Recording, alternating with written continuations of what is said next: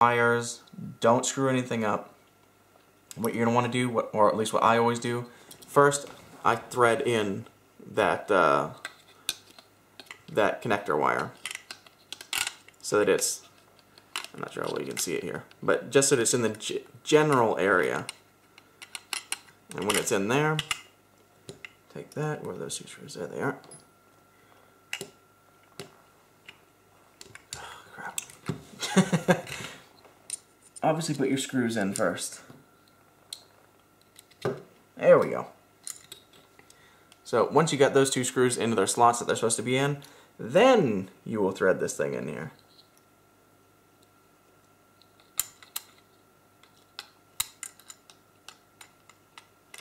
There we go. So you're going to pull it like this. This frame is not going to go flush. Not now, it isn't.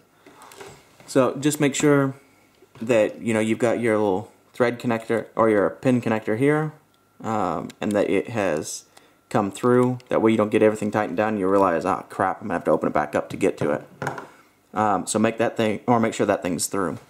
Now the reason that this thing will not go flush is because this back screw, it presses against this plate, and since you haven't screwed it in, it won't press flush. So don't start monkeying around. Don't think, oh, it's stuck on something and start screwing around. No. This is the way it's supposed to be. It's going to look just like that. It is not going to press flush. So leave it like this. Take hopefully the right size Allen key, which it isn't. And that is that one. There we go. So I start to tighten down the back. And you'll see the frame slowly getting back together. Don't take the frame all the way in. I always go back up to the front and start to tighten it. And then I'll tighten the this front one all the way in before I move to the back. There we go. And then tighten the rest of it, and that will bring slowly the frame together.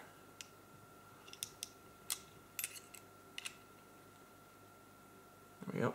And now remember, on a lot of guns, it's not a big deal if you get this thing perfectly together, perfectly tightened and stuff.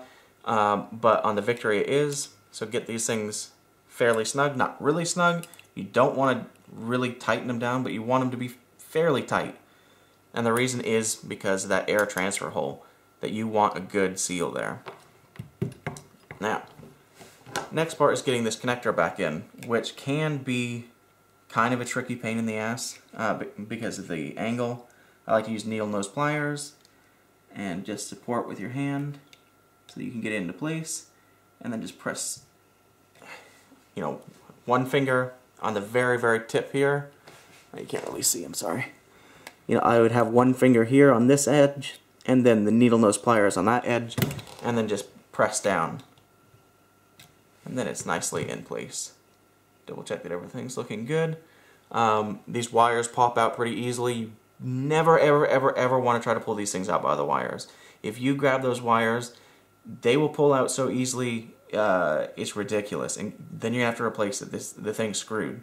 You do not want to pull hard on those. Or really at all. You always want to grab it by the connector itself, so always have needle nose pliers handy. So that's done. I'm not going to be working with electronics or having pieces of metal around it anymore, so I will reconnect the battery. There we go. Set that thing back in, and then we would be able to close the grips back up. Now that you're done screwing around, you can put the HPR back on. The reason I like to have the HPR off while I do that is with this front screw here, that one that keeps the frame on.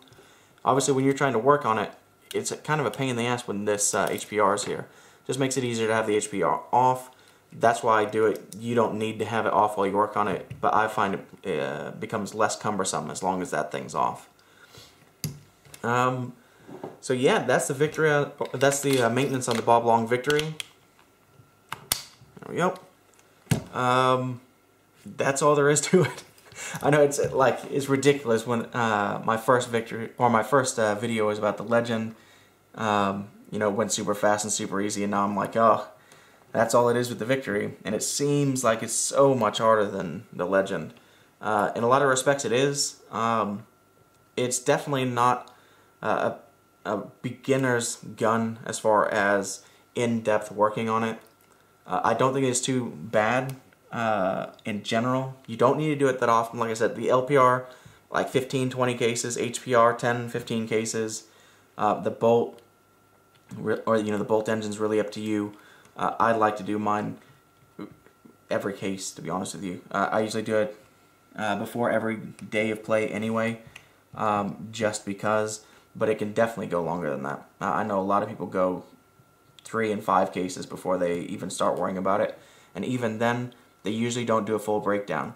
They'll do like what I showed you, and kind of like what Bob Long does, where he takes, he just injects some down into the rammer area, and then pulls the rammer back and forth to get it distributed, and calls it a day. The bolt, put a little bit of tri-flow on it, and you're good to go. And man, the screw is a pain in my ass. It's kind of the downside of these Virtue grips.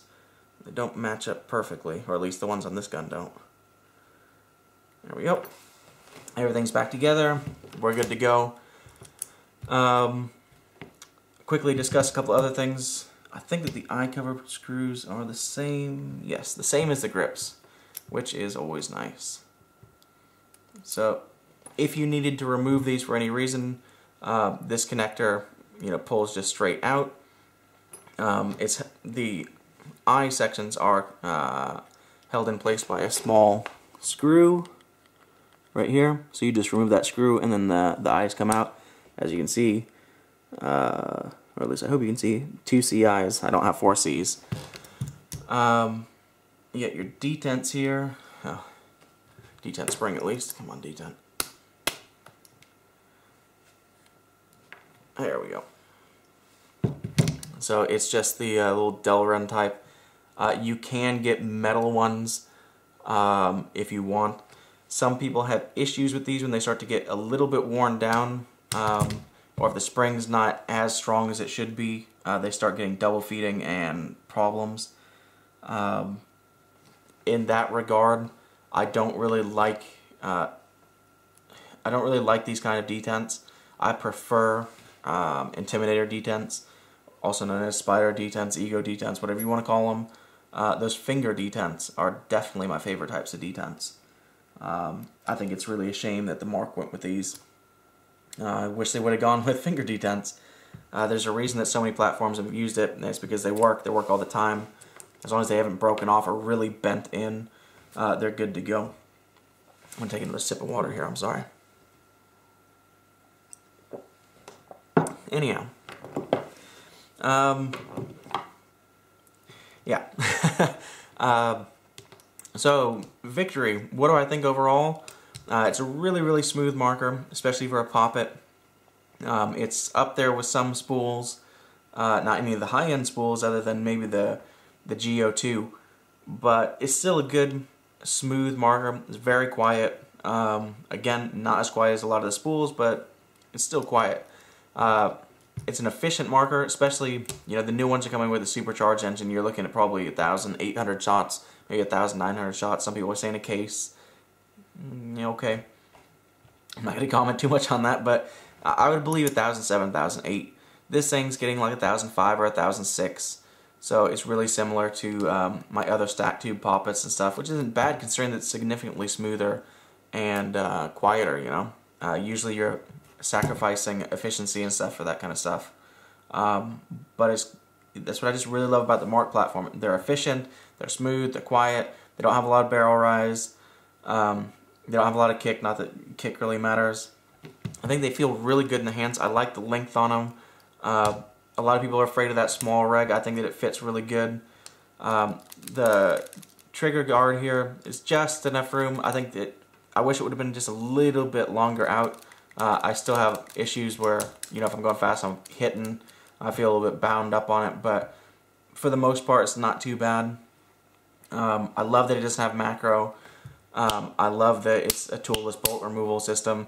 Even though if you're going to do a full maintenance on it, you're still going to have tools. I don't see that you're going to be out in the middle of the field and need to worry about lubing the rammer, or at least I'm hoping that you're not going to have to worry about that. Their feed necks on the Victories are not the same as what came on the original Marks, that little wedge feed neck. I like the wedge feed neck actually. I use a Pinocchio, so I don't actually use the wedge feed neck because you can't tighten it. A lot of people have to sand them down, or sand their Pinocchios down to even get them in. But it's a good feed neck. I think the lever's a little bit short. It's my only major gripe with it. At times, especially if I've cranked it down just a little bit too much, I find that the lever's just kind of short. It's a little bit sharp on the tips, kind of a pain in the ass. But other than that, still good. It comes with a one-piece barrel. A lot of people are going to say, well, it's not really a big deal, but I don't like one-piece barrels. They're too long. I can't put them in a gat wrap. They don't fit nicely in anything. You know, you can't easily switch the bore on them, so I never use the stock barrel on this gun. And I wish that he would have gone two-piece barrel on it, but he didn't. If you're going to pressure test these guns, I suggest you get a pressure tester. I mean, a lot of people don't think that they need a pressure tester.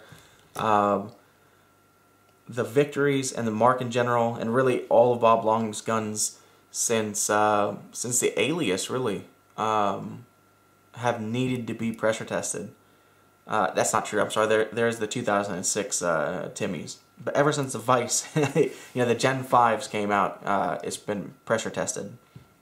And I really suggest them because, you know, there's like a 5 PSI area on the LPR that it goes from not wanting to cycle to shooting amazing to just being really, really kicky and loud. It loses all of its smoothness. I mean, it's by very small amounts. So if you try to hand tune this thing, you're asking for trouble. You get your pressure too high, you're asking to blow parts in the Noid. I think it's a real shame that the Noid's very sensitive to high pressures.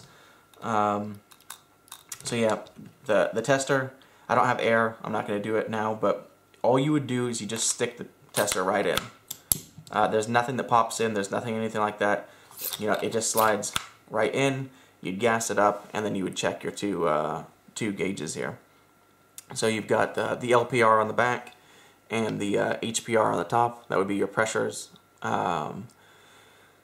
So a lot of people have different gauges. I haven't done these myself or anything like that. I've actually got two testers here. They both come from Bob Long like this. So if yours doesn't look exactly like this, it's not a big deal. You know, this one's using just whatever gauges those are. It's some sort of, you know, yeah, unbranded gauges. This one's got a Bob Long gauge on it, and then an Ashcroft. So it doesn't really matter. I think they're all good. I have seen a couple, one that I was going to buy actually, that the gauges weren't really working on. The worst part about it is you won't even know that their pressures might be off unless you had another pressure to use it against, or another tester to use it against. So I got two testers just in case. You never know. So get the engine back in here. That is the Bob Long Victory. This thing's, I have no idea how long this video's gone now. Probably been a while. A lot more to do on this gun. You know, like I said, it's not a stack tube poppet, for better and for worse. More difficult to work on, needs a little bit more often. Reliability is taking a little bit of a back seat. I still consider the Mark to be a reliable marker, but there's definitely a lot more that could go wrong with it, you know, compared to stack tube poppets. But I mean, it really makes up for it in quiet and smooth, low barrel rise. I would definitely shoot this thing over a G6R, G6R, whatever you want to call it. The G6R is much more prone to problems due to HP air. I never had a problem with a Victory on HP air, and I used HP air on all of them, so not really an issue there. So that's that. I don't think there's anything else that I could talk about with it. I've already given my feelings, my opinions on everything, so I will leave it here. No idea how long it is, but it feels like it's really long and I need something to drink. So This is lat side with Tech PB, and that's the victory.